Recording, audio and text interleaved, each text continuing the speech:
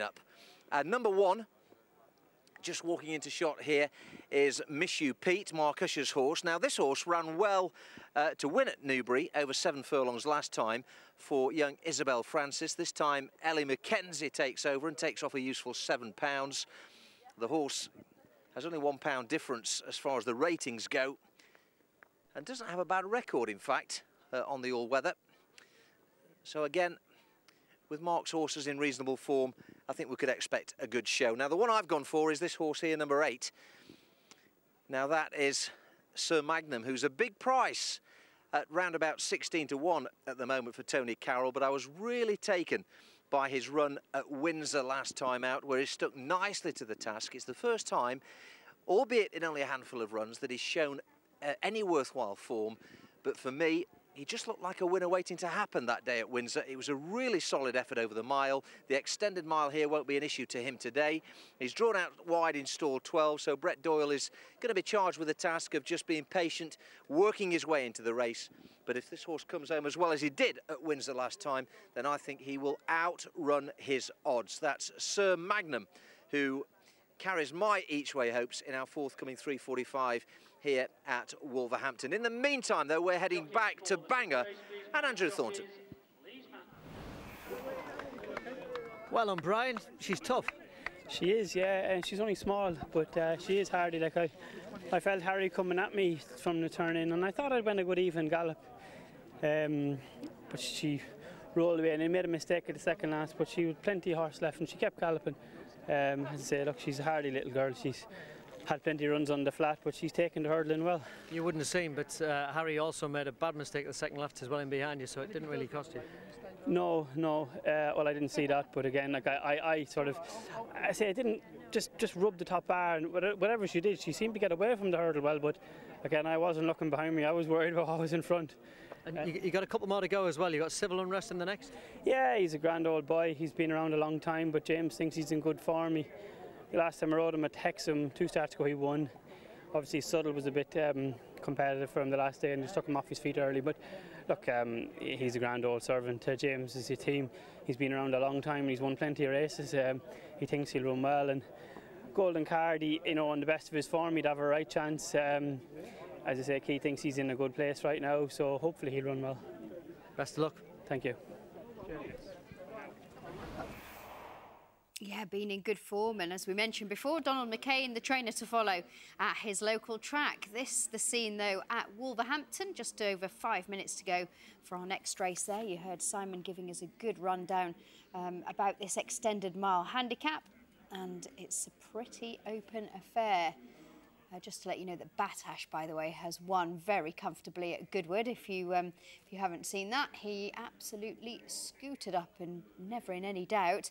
I wonder if anything will win in that kind of style. I doubt it very much, but it's very open. Enzo, one of the leading contenders. John Butler's horse turned over a little earlier on after a tardy start, so he'll be hoping for a bit more luck here, Simon. And he could get it, couldn't he, Alex, with Enzo, a horse who ran very well at Yarmouth last time. It was the first bit of recent form that this horse has shown. We can see here, there's the horse in the sheepskin noseband, finishing 3rd. But it's the first bit of form, worthwhile form, that he's shown since leaving Ed Walker in the summer of last year, and at least with that trainer he proved that he has ability. And you had to like the way that he stuck to the task here. Robert Haviland rode in this day, and he kept on finding over this galloping straight mile,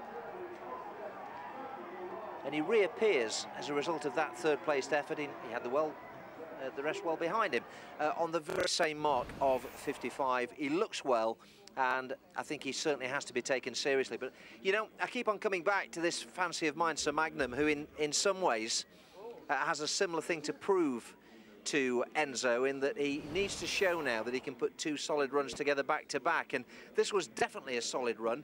You can see him here on the outside in the blue colours, Sir Magnum. Brett Doyle on board for Tony Carroll. Biggish field, and I really like the way he applied himself for an experienced horse, and this was a big step forward on everything he's shown before. You can see here that he's quite a galloper, this horse. Now, whether or not this track will really play to his strengths is perhaps one question, and he will have to work his way into the race from a wide draw. He also got carried left quite steeply inside the final furlong that day, but it was a good effort, and behind Black Medic, and I think it's something he can build on. You can see him there in the afternoon sunshine here, glinting in the sun. He really is a lovely horse. He's got plenty of size and scope. He's in good hands with Tony Carroll, and I expect him to go well. For me, he's overpriced. In fact, he's even bigger now. He's 18 to 1, and you know, I just thought that was a run full of promise last time. I can't quite understand why he's as big a price as he is. That's Sir Magnum. But it's Enzo who heads the market, currently a 4 to 1 chance. Pressing him for favouritism is Gold Flash for Rod Millman. He's the mount of Holly Doyle here. Holly, of course, in great form again today. Now, this horse ran 4th here on the back of a long layoff earlier this season. In fact, to be precise, 486 days off, and it was a really eye-catching run, but for whatever reason, it just hasn't quite been able to build on that since, although his run at Fosslas last time was a decent one. He finished mid-division that day over the 7.5 furlongs. So, despite that long injury layoff, he's a horse who clearly retains ability, and if he's going to show it, then he ought to be showing it in this grade at some time soon, so not to be completely overlooked. And one who's very much on the drift is the Irish filly Ephinoc Fizz, who we saw in the paddock, and there was absolutely nothing wrong with her. No paddock negatives to suggest why her price should be getting bigger and bigger, but it certainly is. She's 9 to 2 now, out to 11 to 2. Ephinoc Fizz, dual winner over hurdles this year, winner at Redcar over 9 furlongs last time, and as I said in the paddock, the form's been franked as well, so she's got plenty going for her. She does have the £5 penalty to defy and a wide draw, but the wide draw is not that much of an issue for me over this kind of trip.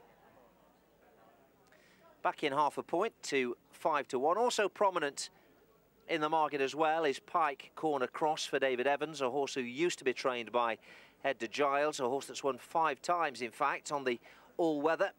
Not a bad effort at Chepstow last time over 7.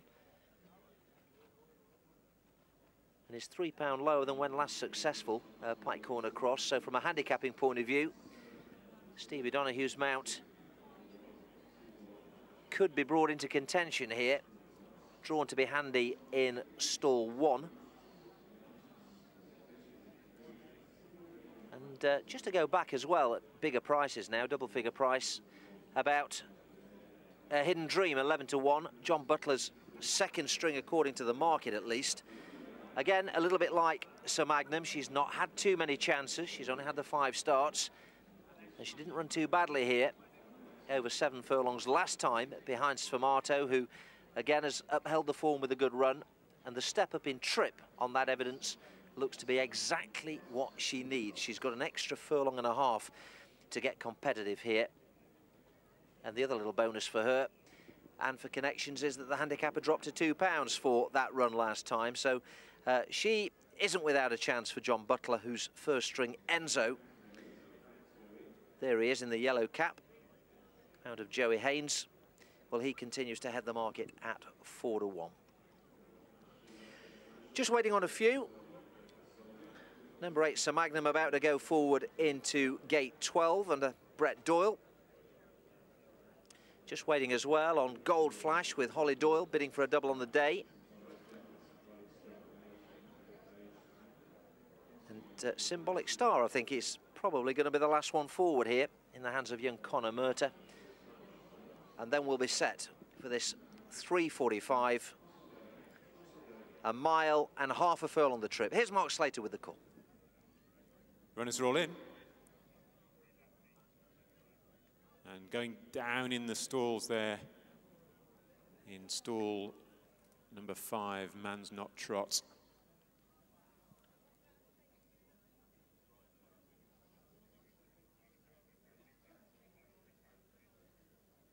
waiting for the rider to get back into the plate. Trevor Whelan, handler in attendance. All looks okay now. And they're off, and they race away. Man's Not Trot came out left, coming out of the stalls. as they make the run through the first furlong of this Golden Equinox Racing £24.99 monthly membership handicap. And Man's Not Trot, despite an awkward start, leads the early way. Shows from Miss You Pete, who's in second, with close up on the inside Pike Corner Cross, then the yellow cap of Enzo, and three deep in that chasing trio is Sir Magnum. Green and white against the fence is Cafu alongside Perfect Soldier. Then the Irish Raider Effenock Fizz in yellow colours. On the inside, green headgear for Gold Flash as they head down the far side of the track, followed further back by Stonyford Lane. Orange sleeves and an orange cap, Caledonia Laird. Hidden Dream right towards the tail of the field with the green and black stripes of Symbolic Star, the back marker. Going down the far side, Miss You Pete with a narrow advantage from Man's Not Trot, with a length and a half away, Enzo in third. Then against the rail, Pike Corner Cross. Cafu is next alongside Sir Magnum. And then a two-length break to Effenock Fizz. She's followed a length back by the pink sleeves of Gold Flash, and then the two shades of blue of Stonyford Lane. Splitting that pair is Caledonia Laird. Hidden Dream is last but one, and under pressure at the back of the field is Symbolic Star. They're making the run. They're left-handed now. They're passing the three. Man's Not Trot still pressing for the lead, but it's just Miss You Pete with the advantage under Ellie McKenzie. And then a close third now is Enzo, making good ground for Joey Haynes and moving into a challenging position, followed then by Pike Corner Cross, and then Sir Magnum being pushed along, turning for home. Miss You Pete taken on now by Enzo. Enzo serves up the challenge to Miss You Pete as they approach the final furlong. It's Enzo and Miss You Pete together. They're 3 or 4 lengths clear of Pike Corner Cross. Caledonia Laird makes some ground on the wide outside, but a good battle between the front two as they race towards the line. On the far side, Miss You Pete. Near side, it's Enzo. It's a real nip and tuck battle going to the finish. Enzo just in front. Looks to have doubled up for Joey Haynes from Miss You Pete. Clear then of Pike Corner Cross, and close Caledonia Laird and Gold Flash for fourth. Enzo back to winning ways, and a good performance, wasn't it? They pulled well clear of the rest, and he really knuckled down to get the better of the previous Newbury winner, Miss You Pete. And it's a double, a quick-fire double for Joey Haynes as well. Always travelled well. It paid to be in the front rank in this race. And for what looked a competitive handicap on paper, they really did pull well clear of the rest of these. And it was a scrap in the end for the minor placings. But Enzo drew alongside Miss You Pete, and it really was an eyeball-to-eyeball battle, wasn't it, through that final furlong and a half. Good ride as well, wasn't it, from Ellie McKenzie. She rides very well, I think, on Miss You Pete. She kept that horse going forward, but Enzo had just a little bit too much where it mattered, and he wins the 3:45. More live action on Sky Sports Racing after we've taken a very short break.